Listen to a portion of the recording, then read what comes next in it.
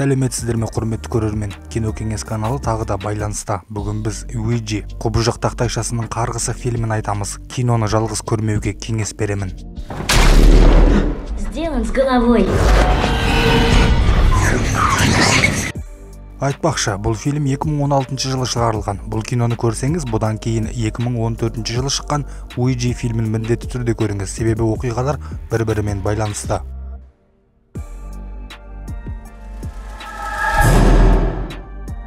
Лос-Анджелес, 1967 жыл. Қарапайым үйде балашатын әйел бір кісіге бала ашып жатыр. Бұл кісі қайтыс болып кеткен әйелімен байланысқа түскісі келгендіктен балшы әйелдің рухын шақырып отыр. Ал ол кісінің қызы балшыға сенбей отыр. Пап, не вздумай давать ей деньги. Балшы ер кісіге 3 сұрақ қоюыңа болады дейді. Ер кісі сұрақтарын қоя бастайды, ал қасындағы қызы әліге дейін сенбей отыр. Так, не знаю, какой это... Нельзя разрывать круг. Ер кісі сұрақтарын жалғастырады. Ол қызым үлкен ақша сұрап жатыр, берейін ба, бермейін ба деп сұрайды. Сол кезде терезеден өлген әйелдің әруағы көрінеді. Ер кісінің қызы ақшаны бермей қояма деп тағы бір рет сөйлеген кезде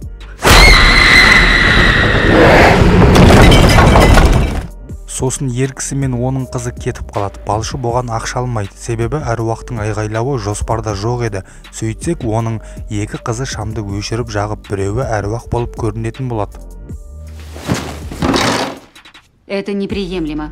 Былайша айтқанда, олар әруақтармен тілдесеміз, байланысқа түсеміз деп адамдарды алдайтын, бірақ балшы өзін өтірікші деп есептемейтін. Шарлатаны лгут, а мы нет. Мы помогаем.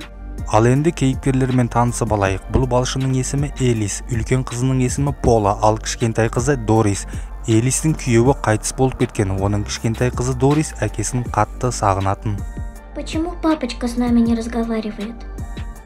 Общым кешкісін бой жетіп қалған Пола достарымен мерекелік кешке барады. Ал анасы Элис үйде коммуналдық төлемдерді есептеп отырады. Общым Пола құрбысының үйінде жүріп Уиджи тақтайшасын тауып алады. Қызық үшін достар онымен ойнауға кіріседі. Сөйтіп әруақты шақырады. Олар сенбей өздерімен өздері әзілдесіп отырады. Тек бір ғана қыз қорқып отырады. Нет тут никаких духов. Их не существует. Достары үйіне қайтады. Поланы анасы алып кетеді. Одан жақсы қыз болшы деп өтініш жасайды. Келесі күні Пола мен Дорис мектепке аттанады. Поланы әкетуге Майки атты жігіт келеді. Бұл Элиске ұнай қоймайды. Ол Майкиге палаш беруді ұсынады. Сөйтіп: Коснется моей дочери неподобающе. Твоя линия жизни резко уменьшится. Қызының Уиджимен ойнағанын білген Элиске идея келеді. Ол Уиджи тақтайшасын сатып алады. Сосын мектепке барып, Дористі әкетпек болады. Дористі сыныптастары сенің анаң мыстан деп мазақтап жатады. Алайда мектептің директоры Дориске көмектеседі. Довольно. Марш отсюда. Спасибо, преподобный. Общым үйге келген қыздар Уиджи тақтайшасын көреді. Сосын Элис аяғына магнит жабыстырып, тақтайшаны сынап көруге тырысады. Тақтайшаның 3 қағидасы бар. Ол ешқашан жалғыз ойнама, ешқашан мазаратта ойнама және әрқашан ойнап болғасын қоштас. Сынау барысында Элис әруақты шақырамын деп, бізбен біреу бар ма дейді. Сосын сенің есімің кім деп сұрақ қояды. Как твое имя? Маркус. Дорис өзінен өзі сөйлей бастады. Төменде Элис қойған сұрақтарға Дорис жауап беріп отырады. Нақтырақ айтқанда, Дористің ішіндегі әруақ жауап береді. Мы слышим и даже видим. Пола есе Дористің өзінен өзі сөйлеп кеткенінен непонятка болып қалады. Ал түнгі уақытта Элис күйеуі Роджерді шақырып көреді. Ешқандай нәтиже болмағасын кетіп қалады. Сол кезде: Я пришла. Сосын Дорис келеді. Сен осындасың ба деп сұрайды. Тақтайша өзінен өзі қозғала бастайды. Ештеңеден қорықпаған Дорис оның қал жағдайын сұрай бастайды. Сосын тақтайшаның линзасын алып, әруақты көрмекші болады. Кто ты? Бұл кезде Пола ұйықтап жатты. Оның көрпесін біреу тарта бастайды, бірақ ол мұны Дористен көреді. Ал аяқ жағына қарағанда Келесі күні директор Дористің анасын шақырып алады. Дорис өзінен өзі сабақты жақсы орындап кеткенін айтады. Ал Дорис сабақ дайындауға көмектескен көрінбейтін досым деп жауап береді. Сосын олар үйге келеді. Үйдің есігінде басқа үйге көшіңдер деген қағаз ілініп тұрады. Дорис әкемнен көмек сұрап көрем деп Уиджи тақтайшасына отырады. Ал Пола мен анасы есік алдында көшетін үйді қайдан табамыз деп отқанда, Дорис дуалдың арасынан ақша тауып алады. Ну как ты об этом узнала? Папочка рассказал. При помощи доски. Сосын үшеуі тақтайшамен ойнауға кіріседі. Сосын анасы әкесі ғана білетін сұрақ қойып көреді. Ол сұрағына дұрыс жауап алады. Сол кезде Пола әлі де бұған сенбей отырады. Ал анасы рухтар шынымен бар. Менің анам рухтармен шынайы байланысқа түскен. Бұл қасиет Дориске де өтіпті деп жауап беріп, орнынан тұрып кетіп қалады. Сосын Пола тақтайшаның линзасынан қарап көргенде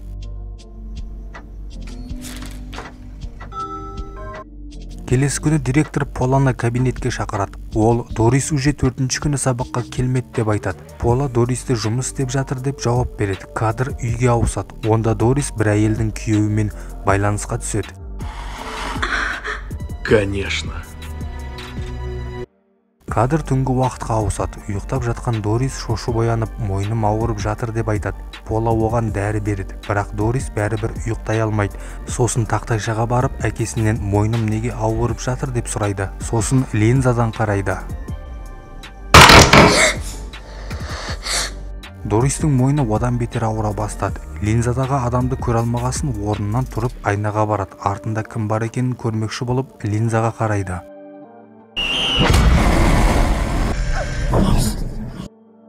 Құбыжық Дористің ішіне кіріп кетті. Осы кезде ұйықтап жатқан Поланың құлағына белгісіз дыбыстар естіліп шошып оянады. Пола ондай дыбыстарды қайта-қайта ести бастайды.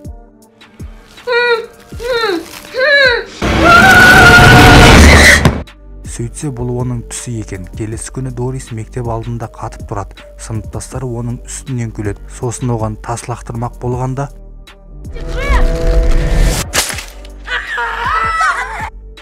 кадр үйге ауысады. Элис қыздарын тастап ресторанға аттанады. Ресторанда оны директор күтіп отыр еді. Сөйтсек екеуі свиданияға шыққан екен. Ал үйде шешесінің жоқтығын пайдаланған Пола жігіті Майкиді шақырып алады. Олар жоғарыға көтеріліп Поланың бөлмесіне барады. Общем, олар сонда сүйіседі. Сосын Майки қайту үшін төмен қарай түседі. Артында Дористі көріп қорқып кетеді. Дорис Майкиге өлім жайлы қорқынышты әңгімелерді айта бастайды. Затем темнота. И последним приходит холод. Сосын Дорис қайырлы түн айтып кетіп қалады. Дористе біртүрлі қылықтарда пайда бола бастаған. Ол қағазға қарамай жазу жазып отырады. Сосын Пола әкесі сыйлаған қуыршақты аузы тігілген күйде тауып алады. Бұған жынданған Пола Дористі өзгеріп қалды деп шағымданады. Алайда анасы бұған мүлдем сенбейді. Ты же слышала! Только он мог знать ответы! Как ты это объяснишь? Келесі күні Дорис мектепке бармайтынын айтады. Ол достарымен байланысқа түскін келеді деп үйде қалады. Ал Пола Дорис жазу жазған қағазды тауып алып, директорға апарады. Ол зерттеп көріп, жауабын айтам дейді. Арадан біраз уақыт өтіп, преподобный Элиске барады. Ол Дориске әйелімен байланысқа түскін келеді деп айтады. Үстел үстінде отырған олар қайтыс болған әйелді шақыра бастайды. Әйел жауап қайтарған кезде директор өзінің сұрақтарын қоя бастайды. Ал Дорис жауап беріп отырады. Директор жауаптарды естіп таң қалады. Был Счастлив. Поразительно. Сосын ол орнынан тұрып, мектепте Поланың бір мәселесі бар, соны шешіп алайық дейді. Дориске пәсте отыра тұр деп жоғарыға көтеріледі. Онда Элиске Дористен алған жауаптарым қате еді дейді. Мен оған сұрақ қойғанда қате жауапты ойлап отырдым. Ол ойымды оқып, сол қате жауапты айтты дейді. Я подумала, Лин. Она это сказала.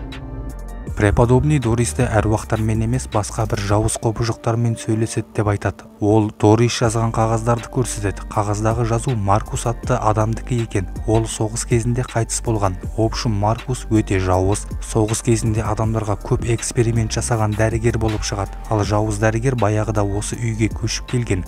Бұл үйдің жертөлесінде адамдарға эксперимент жасауды жалғастырған. Ол адамдардың дауысын шығармас үшін ауыздарын тігіп тастайтын әдеті болған екен. Қағазда мұнымен қоса дәрігер өлгеннен кейінгі оқиғалар жайлы да жазылған еді. Он пишет, как оказался в темноте с остальными. Бұл кезде Дорис пәсте теледидар қарап отырады. Аяқ асты есік қоңырауы шалынады. Дорис есікті ашқанда Майки кіріп келеді. Дорис Майкиге бір нәрсе көрсетем деп жертөлеге апарады. Ақша тауып алған жерде тағы бір нәрсе бар, соны алып берші дейді. Қабырғадағы тесікті шұқылап жатқанда ішінен бас сүйегі шығып келеді. Сделан с головой. Жоғарыдағылар Дористің ішіндегі адамды шығару керек деп жатқанда Духи следили за нами на протяжении многих лет, а значит, смотрят и сейчас.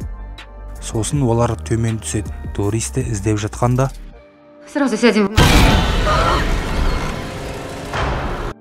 аяқ асты жертөледен радиода қойылған өлеңнің дауысы естіледі. Элис Полаға үйден шық, өзіміз барамыз дейді. Мұнымен келіспеген Пола олармен бірге жертөлеге түседі. Аяқ асты жарық өшіп қалады. Олар сіріңкені жаққан кезде Они здесь. эксперимент жасалған пациенттердің бәрі жертөлеге көмілген екен. Олар Дористің дауысын естиді. Ол көмек сұрап жатыр еді. Дориске көмектесуге директор кетеді. Жасырын бөлмеде дәрігердің құрал жабдықтарын көреді. Здесь мы погибли. Әруақтардың барлығы Дорис арқылы сөйлеп жатты. Преподобный саған көмектескің келеді дегенде И когда пойду я долиной смертной тени, не убавлю. сосын директор Элис пен Поланың қасына барады. Директор қыздарға шабуыл жасайды, бірақ соңғы сәтте ол өзіне келіп үлгереді. Бұған жынданған Дорис директорды лақтырып жібереді. Ол талып қалады. Сосын Элис пен Полаға асылып өлген Майки шабуыл жасайды. Сосын Дорис Полаға қарай жүгіреді. Орнынан тұрған Элис Поланың құлағына бірдеңені сыбырлап жатқан Дористі көреді. Сендерге не керек деп сұрағанда дауыс керек деп жауап береді. Что вам от нее нужно? Голос. Элис қыздарыма тимеңдер, менің дауысымды алыңдар деп жауап айтады. Мы заберем вас всех. Сосын белгісіз біреу Поланы төсегіне алып барады. Ол әкесі екен. Аузы тігілген қуыршақты да әкесі тіккен екен. Қызы Поланы ескерту үшін Какого черта ты вытворяешь? Это папа, чтобы заглушить голоса. есін жиған Элис өзін сүйреп бара жатқан Дористі көреді. Сосын қайта талып қалады. Келесі оянғанда ол қолы кісенделгенін көреді. Дорис оны өлтірейін деп жатқанда Пола келіп соққыға жығады. Сосын оның аузын тігіп тастайды.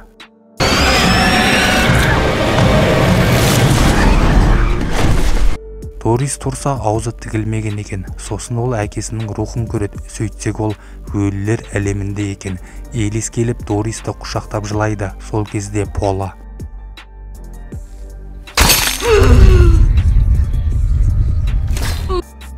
анасы Элис өлді. Кейінгі кадрда Пола жындыханада отырады.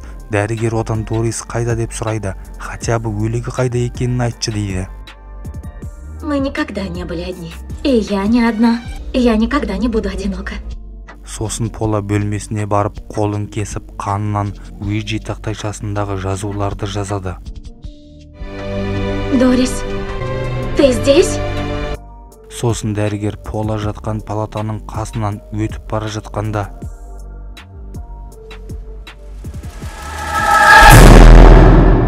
айтпақшы, мұнда титр аяқталғасын осы кадр басталады. Бұл кадр кейінгі болған оқиғаның, дәлірек айтқанда кейінгі фильмнің басталуы. К вам посетительница.